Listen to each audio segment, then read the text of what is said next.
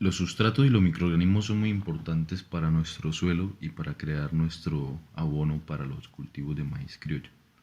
El compost es un abono orgánico que resulta de la mezcla de restos vegetales y estiércol de animales con el propósito de acelerar el proceso de descomposición de los desechos orgánicos por una diversidad de microorganismos que se encuentran en este sustrato. En un medio húmedo, caliente y airado que da como resultado final un material de alta calidad que sirve para acondicionar los suelos. Los materiales que nosotros necesitamos son el estiércol de animal, la cal agrícola, la ceniza, la roca fosfórica, el carbón vegetal, los desechos vegetales frescos y secos, el agua y la levadura, ¿sí? Podemos agregar también otros ingredientes, pero con estos ingredientes específicos podemos crear el abono que se llama bocachi, ¿sí? Para conseguir este abono necesitamos colocar una capa, una fila de desechos vegetales sobre la base del compost para facilitar la absorción del lixiviado. Colocamos los desechos vegetales frescos, el agua, la tierra, la cal, la ceniza, más agua, y repetimos el proceso hasta llegar a obtener una pila de desechos y al siguiente día se revuelve el montón de 2 a 3 veces al día durante la primera semana. Para que se airee la mezcla, la segunda y tercera semana se revuelve una vez al día, la cuarta semana cada 2 días, la quinta cada 3 días, la sexta y séptima una vez por semana. Después, lo que tenemos que hacer es empacar y dejar humificar el sustrato para terminar su etapa de transformación. Es importante que nosotros hagamos todos estos procesos para obtener nuestro abono. Hay otros tipos de abonos orgánicos concentrados de distinta procedencia.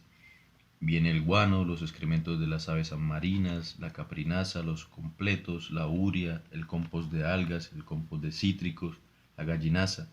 Y junto a ellos también hay abonos con formulaciones especiales que responden a las necesidades específicas de algunas hortalizas, aromáticas y frutales que favorecen su floración y cuajo, o sea, el engorde de frutos, necesidades vegetativas. ¿Sí? Con esto podemos saber que podemos utilizar diferentes tipos de materia que podemos transformar por medio de los microorganismos para nuestras plantas. Hay maneras de recuperar el suelo que son las mismas que utilizan la naturaleza en estado natural. Ella misma se reconstruye y puede contar con diversos tipos de fauna y de flora en su suelo.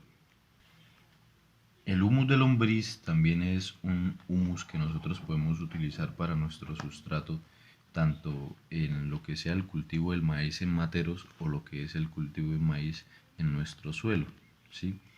Podemos integrarlo como un estabilizador de los suelos que nos permitirá precisamente recuperar los microorganismos benéficos que se encuentran en él. El tracto digestivo de la lombriz roja californiana nos ayuda a depurar el sustrato que se encuentra lleno de patógenos que pueden enfermar la planta.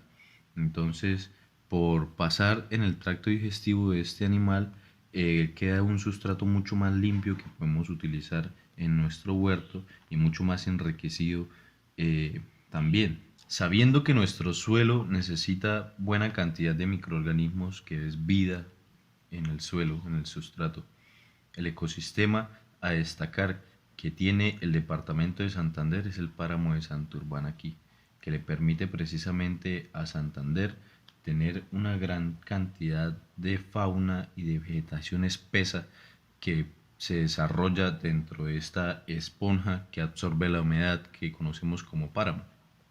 Colombia tiene el 60% de los páramos del planeta y eso significa que precisamente tenemos una buena cantidad de biodiversidad dentro de nuestros territorios. Antes de la llegada de los pesticidas existía un equilibrio entre la fauna y la flora, la cual no permitía que predominara una sola especie. Eso significa que nos da la oportunidad de generar asociaciones y simbiosis alopáticas en nuestros cultivos. No todos los insectos y hierbas sobreviven ya que están expuestos a condiciones ambientales que pueden ser extremas. suficiente alimentación y condiciones óptimas para su reproducción son esas condiciones que podemos encontrar. Algo que debemos saber es que todos los seres vivos seleccionan su comida. Por eso cuando nosotros tenemos un cultivo, hay insectos que solo comen insectos, como también hay plantas que lo hacen. Por lo tanto, un insecto que se alimenta de insectos no se puede alimentar de las plantas y viceversa, ¿no? Entonces las plantas desde que nacen, crecen y se desarrollan, establecen relaciones cada vez más estrechas con las plantas que las rodean igualmente. Estas relaciones son especialmente importantes entre las plantas adultas, porque precisamente puede encontrarse una competencia o una asociación. Si nosotros sabemos que las simbiosis alopáticas entre las milpas que se hacían con los indígenas eran buenas, deberíamos reproducirlas en nuestro cultivo para precisamente aprovechar nuestra misma naturaleza en la huerta que tenemos. Como decimos, las plantas desde que nacen y crecen también ven a los seres vivos, que son los insectos que se encuentran en nuestro jardín, en su suelo y en su territorio. Entonces estos insectos que se encuentran ahí debemos intentar que sean insectos que precisamente se alimenten de las plagas que consumen nuestras plantas. Haciendo esto podemos proteger nuestras plantas de manera natural. Las plantas también tienen diferentes hábitos de alimentación y de crecimiento. Por ello deben ser compatibles cuando se asocian unas con otras.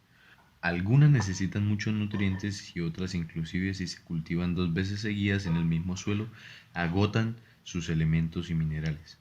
Pueden dejar el suelo completamente estéril y no serviría para nuestra siembra.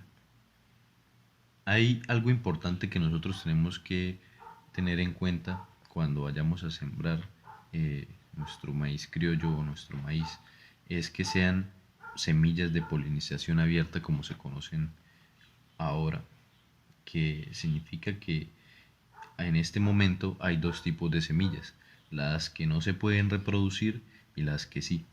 Estas semillas, que son conocidas en muchos lugares como criollas y nativas, son semillas naturales. Por tanto, son recursos naturales valiosos para los seres humanos. Es importante su uso y conservación. Además, muchas de ellas son patrimonio de las naciones, como el maíz, que es capital natural, cultural de los mexicanos, pues es originario de este país.